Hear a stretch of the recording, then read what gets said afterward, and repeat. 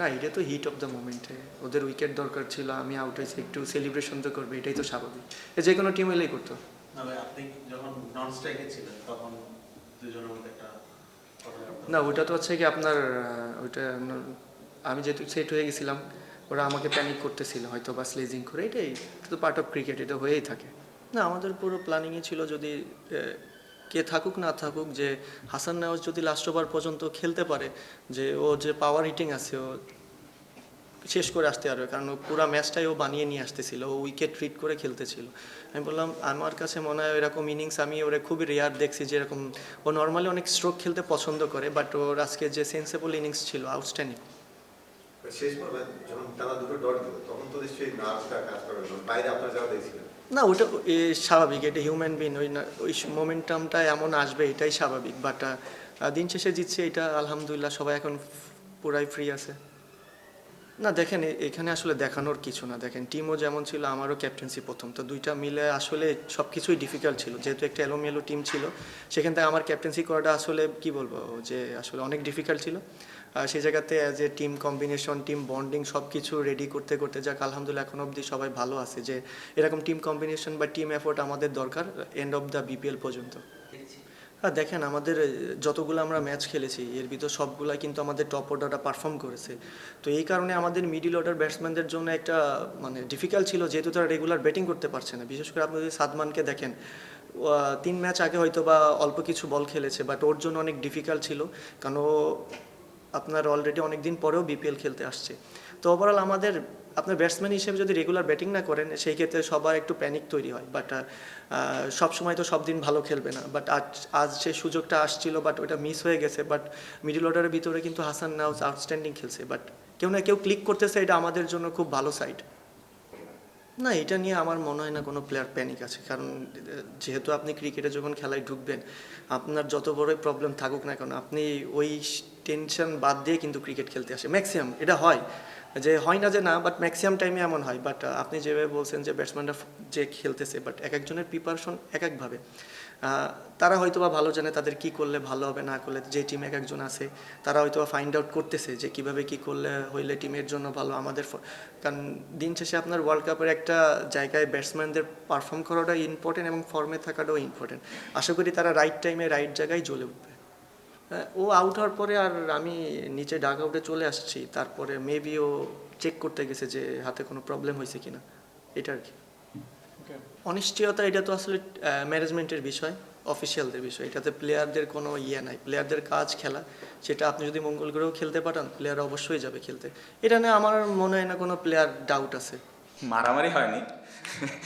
না, দেখেন খেলাটা দুই দলই জিততে চেয়েছি আমরা, আর স্পেশালি আমরা শুরুটা ভালো করিনি, সো এরকম ক্রাঞ্চ মোমেন্টে আই অলওয়েজ ফিল করি যে আমার প্লেয়ারকে প্রোটেক্ট করার দায়িত্ব আমার, সো ওইটাই আমি করার চেষ্টা করেছি, তার জায়গা থেকে সে চেষ্টা করেছে একটা ফিডব্যাক দেওয়ার, বাট মাঠের মধ্যে এই ধরনের জিনিস হয়ে থাকে আপনারা দেখেন, বাট আমার মনে হয় যে যেটা হয়েছে হেলদি একটা আর্গুমেন্ট ছিল, সো যেটাতে আমি খুবই খুশি।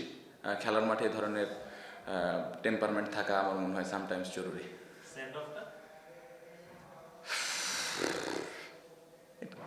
ভালো লেগেছে, আমার মনে হয় যে বোলার হেল্প করেছে আমাকে, সো ভালো দেখছিলাম।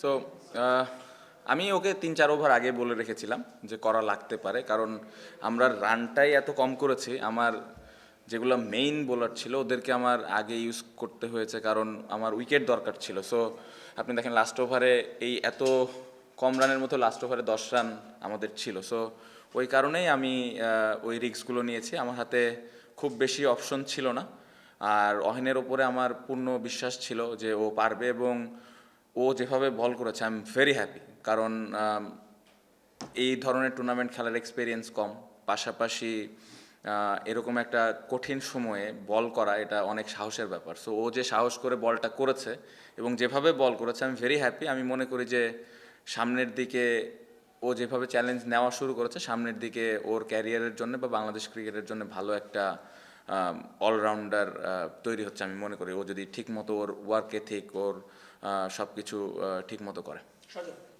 হ্যাঁ, আপনি যদি পুরা 11 জনের মাঠের ভেতরের ইনভলভমেন্ট দেখেন, সবাই আমরা বিশ্বাস করেছি, কারণ ক্রিকেট খেলায় যে কোনো কিছু হতে পারে, সো ওই বিশ্বাসটা ছিল। আর আমাদের যে বোলিং অ্যাটাক আছে, আমার মনে হয় যে আমরা ক্যাপাবল যে ডিফেন্ড করার মতো যে কোনো রান। সো ওই বিশ্বাসটা ছিল এবং বোলাররা ওই এক্সিকিউশনটা ভালোভাবে করেছে। সো ওই কারণেই ওই বিশ্বাস থেকে আমি ওদেরকে বলে রেখেছিলাম। এটা নাও হইতে পারতো, বাট ওর প্রিপারেশনের জন্য আমি আগে থেকে বলে রেখেছিলাম। আমাদের হাতে ওয়াসিমও ছিল, তারপরে রায়ান বার্ল ছিল। বাট আমার কাছে মনে হয় যে আমার দেশের একটা ছেলে যদি এরকম সিচুয়েশনে বল করে খেলা জিতাই দিতে পারে, তাহলে আমার আরও বেশি ভালো লাগবে এবং ও ভবিষ্যতে বাংলাদেশ টিমে যদি খেলে তাহলে এই এক্সপিরিয়েন্সটা ওর কাজে দিবে। আপনি যদি আগের ম্যাচের সুপার ওভার দেখেন, রিপন বল করেছে। সো আমি অলওয়েজ প্রেফার করি যে আমাদের দেশের কেউ এরকম এক্সপিরিয়েন্স করুক। সো খুবই খুশি, আমি যেটা বললাম একটু আগে, যে ও যেভাবে চ্যালেঞ্জটা নিয়েছে এবং যেভাবে বল করেছে, এটা আসলে ভবিষ্যতের জন্য ওর জন্য ভালো এবং আমাদের অ্যাজ এ হোল টিম আমরা আরও কনফিডেন্ট ফিল করছি তার উপরে। হ্যাঁ, যে কোনো কিছু হতে পারতো, সোজা অহেনের হাতেও যেতে পারতো, আমরা এক রানে জিতেও যেতে পারতাম, বা আবার সুপার ওভার হইতে, অনেক কিছু হতে পারতো। বাট আমার মনে হয় যে ওই জায়গায় আসলে আপনি ওইভাবে কমেন্ট করতে পারবেন না যে আরেকটু ভালো কিছু হলো, আরেকটু বেটার কিছু হইতো। বাট ওভারঅল আপনি যদি মনে করেন, দেখেন ম্যাচটা, আমার মনে হয় যে খুব ভালো একটা গেম হয়েছে। না না না, লাস্ট বল পর্যন্ত আমরা এরকম চিন্তা করিনি। কারণ যদি হয় আমাদের হাতে ওইটা চিন্তা করার আবার সুযোগ থাকতো। বাট আমি চিন্তা করছিলাম যে অনেস্টলি যখন 6 বলে 10 লাগে তখন চিন্তা করছিলাম খেলায় জিতবো। ইভেন যখন 3 রান দরকার তখন আমি বিশ্বাস করেছি যে আমরা খেলা জিতবো। ওই বিশ্বাসটাই ছিল। বাট আমার মনে হয় যে ওদেরকেও ক্রেডিট দিতে হবে, ওরা খেলাটা ভালোভাবে শেষ করেছে। না, ও হলো কি ডেলিভারি করবে এটা নিয়ে, ও যেটা বলছিল যে ও ইয়র্কার করতে চায় নাকি ইয়র্কার করবে কিনা, ও একটু কনফিউজ ছিল। খুবই স্বাভাবিক, এ ধরনের সিচুয়েশনে বল করার সুযোগ হয়নি। সো ওইটা নিয়েও ডিসকাস করার জন্য এসেছিল। সো ওকে ক্লিয়ারলি মেসেজটা দেওয়া হয়েছে যে ইয়র্কারই ভালো অপশন, কারণ ওর ওই কন্ট্রোলটা আছে, ও এটা করতে চাচ্ছিল। সো এই জায়গাটা জাস্ট আমি ব্যাক করেছি যে তুই যেটা মন চাই করতে পারিস। খুবই দুঃখজনক, খুবই দুঃখজনক, কারণ আমরা এমন একটা মন্তব্য করে ফেললাম এমন একজন ক্রিকেটারের সম্পর্কে, ফর্মার ক্যাপ্টেন এবং আমার মনে হয় বাংলাদেশের one of the most successful cricketer, যাকে দেখে আমরা বড় হয়েছি। সো খুবই দুঃখজনক। এই কারণেই আমি বলবো যে আমরা প্লেয়াররা, সেটা যে কোনো ক্রিকেটার হতে পারে, সে ফর্মার ক্যাপ্টেন হতে পারে বা একজন সাধারণ খেলোয়াড় হতে পারে, সাকসেসফুল হতে পারে, সাকসেসফুল নাও হতে পারে, বাট দিন শেষে একটা ক্রিকেটার কিন্তু অলওয়েজ আশা করে সম্মানটুকু, যে আমি ওই পূর্ণ সম্মানটুকু পাচ্ছি কিনা। আমার মনে হয় সবাই আমরা এই জিনিসটাই আশা করি, যে ওই রেসপেক্টের জায়গাটা আছে কিনা। সো আমার মনে হয় যে এত বড় ক্রিকেটার এবং বাংলাদেশের হয়ে এত কিছু করেছে, তাকে নিয়ে এ ধরনের কমেন্ট করা, এটা খুবই দুঃখজনক। সব থেকে কষ্ট লাগার বিষয়টা হলো আসলে ক্রিকেট বোর্ড তো আমাদের অভিভাবক। সো ঘরের মানুষের কাছ থেকে আমরা আশা করি যে আমাদেরকে আগলায় রাখবে, আমাদেরকে আরও প্রোটেক্ট করবে। সো এই জায়গাটা থেকে আমি বলবো যে এটা একদমই অ্যাজ এ ক্রিকেটার আমি অ্যাকসেপ্ট করি না। আমি নিজেও চাই যে আমার ঘরের মানুষ আমাকে ব্যাক করবে, আমাকে সাপোর্ট করবে। আমি যদি আমার বাবা মার কথা বলি, আমি একটু ডিটেলে বলি, বাবা মার কথা বলে আমি চাইবো যে আমার বাবা মা আমাকে ঘরের মধ্যে বকাবকি করুক। আমি কখনোই চাইবো না যে মানুষের সামনে আমাকে বকাবকি করুক যদি আমি ভুল করি।